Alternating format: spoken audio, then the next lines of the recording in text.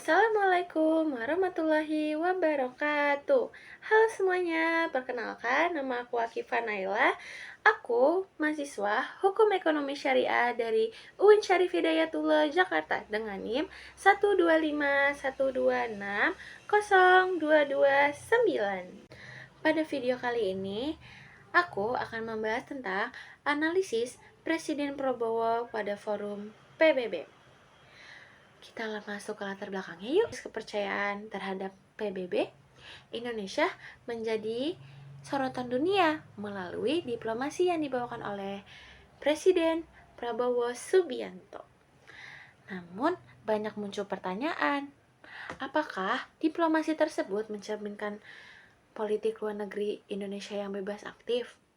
Atau justru menunjukkan arah baru diplomasi Indonesia di panggung internasional?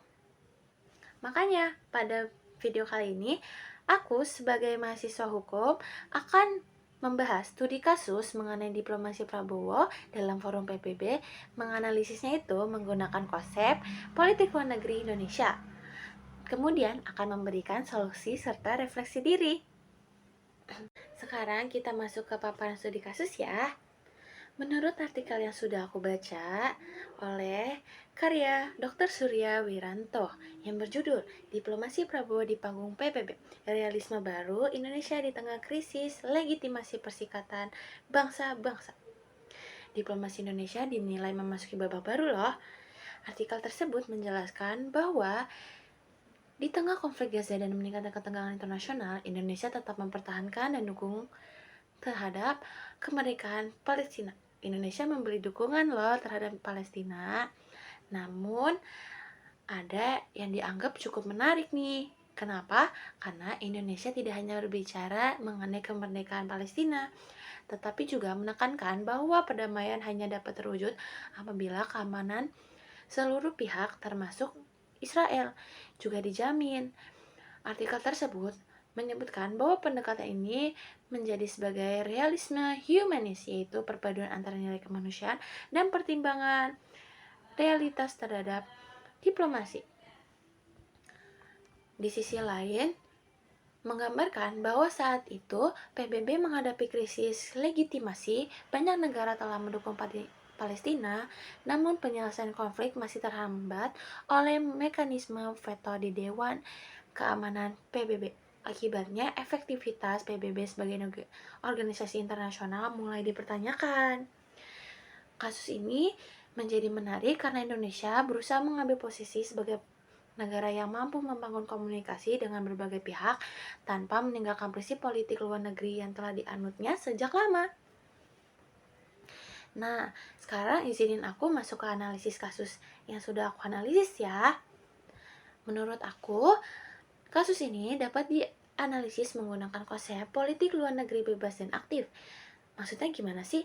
Prinsip bebas berarti Indonesia tidak memihak kepada blok kekuatan manapun. Hal ini terlihat dari upaya Indonesia yang telah mendukung Palestina, tetapi juga menutup ruang dialog dengan negara lain. Sementara itu, yang dimaksud dengan prinsip aktif berarti Indonesia tidak hanya menjadi penonton, tapi Indonesia juga berusaha ikut mencari solusi melewati diplomasi, dialog, perbantuan kemanusiaan, serta kerjasama internasional.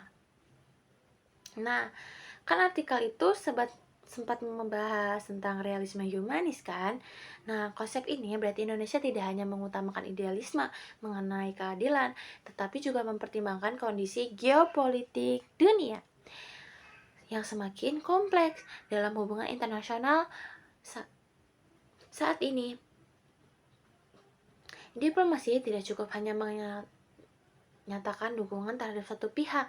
Menurut saya, konsep realisme humanis memang relevan dalam menghadapi konflik yang kompleks. Namun, Indonesia perlu berhati-hati agar pendekatannya lebih pragmatis, tidak dipersepsikan sebagai pengurangan komitmen terhadap perjuangan Palestina. Tantangan utama diplomasi Indonesia adalah menjaga keseimbangan antara kepentingan nasional dan mampu menjadi mediator Agar perdamaian benar-benar dapat terwujud, selain itu, artikel menjelaskan bahwa Indonesia ingin memperkuat kerjasama dengan berbagai organisasi seperti ASEAN dan Organisasi Kerjasama Islam atau OKI dalam mendukung perdamaian dunia. Dalam perspektif hubungan internasional, pendekatan tersebut menunjukkan bahwa Indonesia mulai mengedepankan diplomasi yang lebih pragmatis tanpa meninggalkan nilai kemanusiaan. Sekarang kita memasuki refleksi diri. Nah, sebagai mahasiswa hukum, saya memandang bahwa diplomasi bukan sekadar persoalan hubungan antar negara, tetapi juga berkaitan dengan nilai keadilan dan kemanusiaan yang menjadi dasar hukum internasional.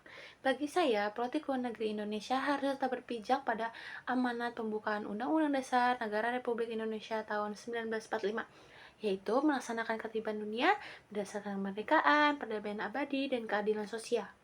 Namun, saya juga menyadari bahwa dunia saat ini tidak hanya dipengaruhi oleh nilai-nilai ideal, tetapi juga oleh kepentingan politik, ekonomi, dan keamanan. Oleh karena itu, diplomasi Indonesia harus mampu menyeimbangkan idealisme dan realisme tanpa kehilangan identitasnya sebagai negara yang menjunjung tinggi perdamaian.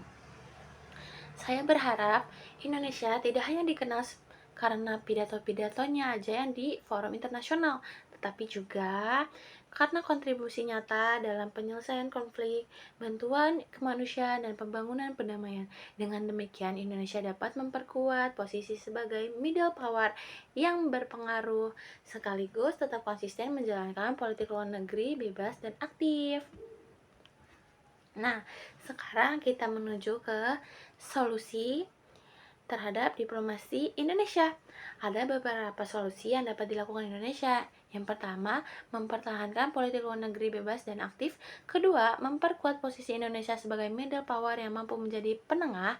Ketiga, meningkatkan aksi nyata seperti bantuan kemanusiaan dan misi perdamaian.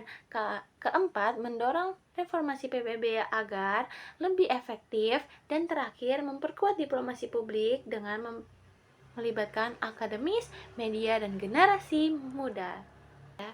Sebagai penutup, dapat disimpulkan bahwa diplomasi Prabowo dalam forum PBB, sebagaimana yang dibahas dalam artikel yang sudah aku analisis, menunjukkan adanya upaya Indonesia untuk menyesuaikan strategi diplomasi dengan dinamika politik global yang semakin kompleks.